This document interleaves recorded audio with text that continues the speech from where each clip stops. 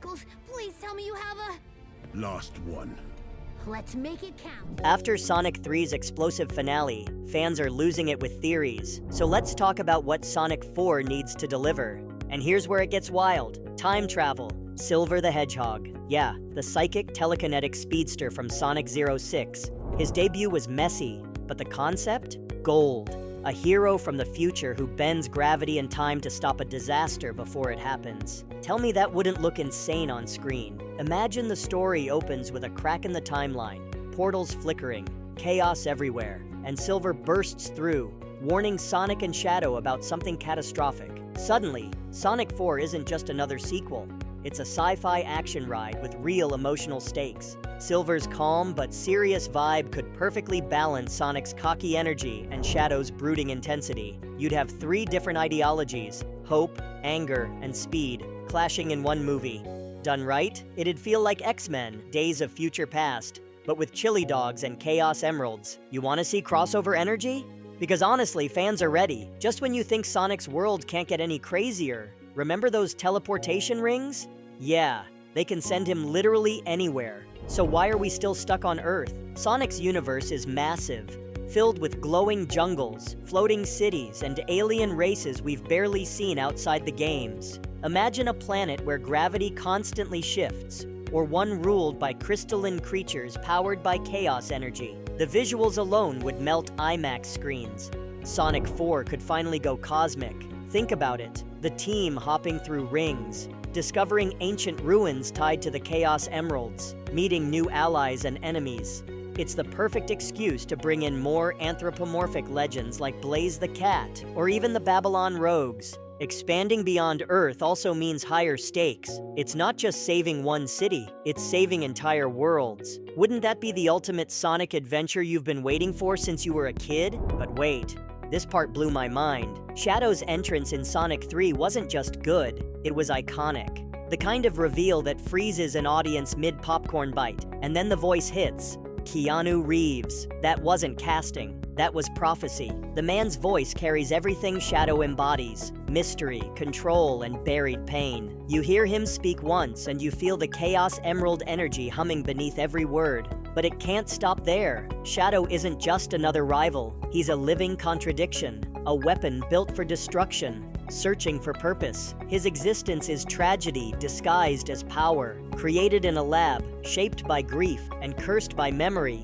he's the one character in the Sonic universe who questions the idea of being the hero at all. He's not fighting for glory, he's fighting to understand why he even exists. And that's exactly why Sonic 4 needs to go darker, not gritty for the sake of it, but emotionally heavy. Let Shadow confront humanity itself. Let him stand at the edge of a ruined world and ask what all this speed, all this fighting, really means. Let him clash with Silver's futuristic ideals, challenge Sonic's optimism, and maybe even wrestle with the ghosts of Maria and Gerald Robotnik, the memories that made him what he is. Because here's the truth, Shadow isn't Sonic's enemy, he's his reflection.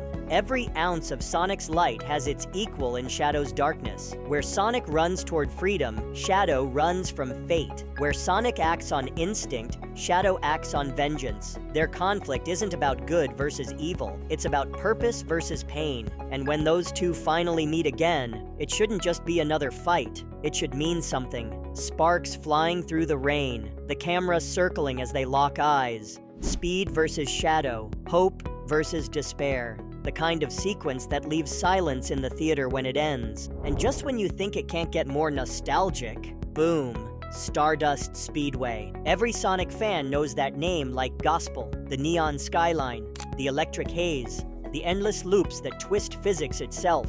It's chaos and beauty in one glowing track, and it's begging to be recreated on the big screen. Now imagine it, Sonic sprinting through a cyberpunk city, the reflections of skyscrapers blurring into streaks of blue and red light. Metal Sonic drops in from above, his engines roaring, matching every turn, every spin dash. Sparks cascade off their clash as they tear through glass bridges, rocket past holographic billboards, and race upside down through a tunnel of pure light. The camera doesn't just follow, it rides with them, breaking the speed barrier with every frame. And please, bring back that Stardust Speedway theme. Remix it with a modern orchestral punch. synths, strings, and adrenaline. The kind of score that rattles theater walls and nostalgia hearts at once. Fans won't just watch that scene, they'll dissect it frame by frame, looking for every detail, every callback. Because if Sonic's speed is his soul, Stardust Speedway is his stage. And this time, the spotlight belongs to both the hero and his shadow.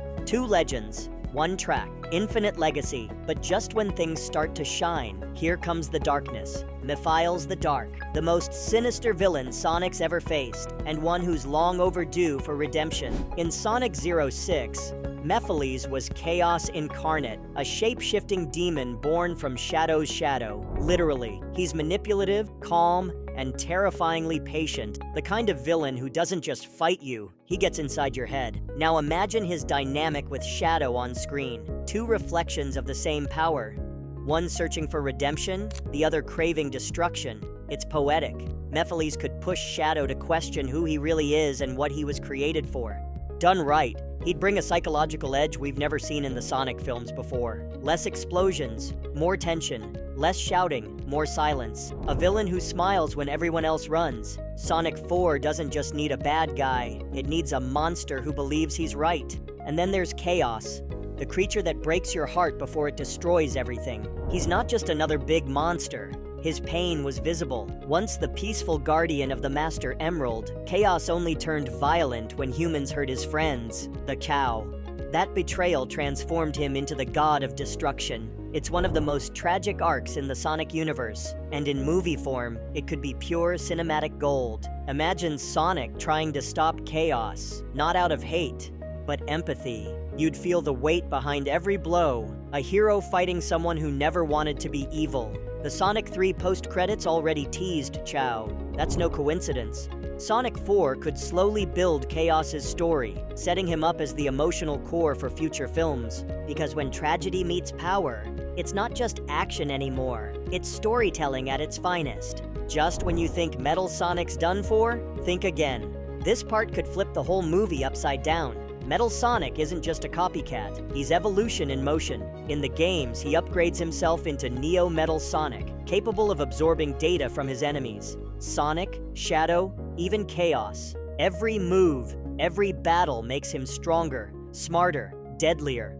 Now imagine that transformation in live action, wires splitting, energy surging, his form mutating into the monstrous Metal Overlord. A dragon made of machinery and vengeance. It's the kind of finale you build an entire trilogy for. Visually, it could rival anything from Avengers or Godzilla vs. Kong. And story-wise, it ties perfectly into the Sonic Heroes timeline, giving the saga a full-circle feel. If Sonic 4 wants that jaw-dropping third-act explosion, Neo Metal Sonic is the ultimate way to bring the house down. And here's the thing, Tails and Knuckles? They're way too good to be background noise again. In Sonic 3, they were fantastic, funny, loyal, powerful, but caught in the storm between Sonic, Shadow, and Robotnik. That made sense then, but now it's their time to shine. Because Tails isn't just the sidekick anymore, he's Sonic's heart, the one who reminds him why he fights at all. The kid genius who grew up watching his hero run headfirst into danger and decided to follow, not out of bravery, but out of faith. Sonic runs on instinct, Tails runs on belief, and after everything they've been through, Robotnik, Shadow, near apocalypses, it's time to show what that belief looks like when it's tested. Picture this, Tails leading his own storyline, investigating strange fluctuations in chaos energy that's starting to behave like it's alive. His gadgets fail, his theories break down, and for the first time, his intelligence isn't enough. That's when he realizes that brains aren't just logic, they're courage in disguise. Maybe he even meets an ancient AI tied to Gerald Robotnik's research, forcing him to question how far science should go. That's growth. And then there's Knuckles, the warrior with a code, the guardian of the Master Emerald who's suddenly questioning the very history he was raised to protect. What if the Emerald's legends aren't just myths, but censored truths about where chaos came from? What if Knuckles uncovers a lost Echidna temple showing his ancestors made a terrible bargain with chaos itself? That kind of discovery changes him. He's not just the muscle anymore.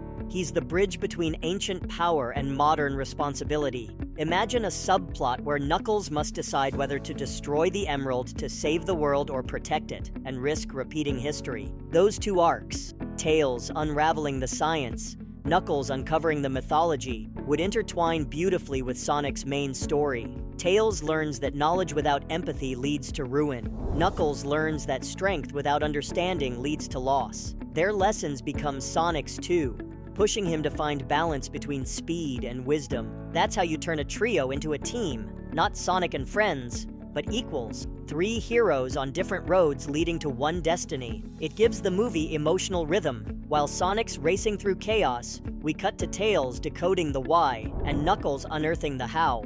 Every subplot feels alive, feeding back into the core theme, that real strength comes from connection. Because when the crew's balanced, the audience connects deeper. After all, what's Sonic without the brothers in arms who've been running beside him since day one? Not just teammates, family. Now this one's genius-level fan service. Dr. Robotnik's fate in Sonic 3 felt like the end, the final laugh, the fall of a madman swallowed by his own machine. But what if it isn't? What if that ending was just the setup for something even more unhinged? Enter Eggman Nega. Not a clone, not a simple reboot, but a multiversal mirror, a version of Robotnik born from another reality. Colder, sharper, crueler. Gone are the exaggerated gestures and cartoonish arrogance. Nega is precision incarnate, every grin calculated, every move a step ahead. He's the kind of villain who doesn't just outsmart you, he makes you question your own sanity. Think of him as the Joker to Robotnik's prankster, a twisted echo that turns laughter into dread. If Jim Carrey returns, this is how you do it.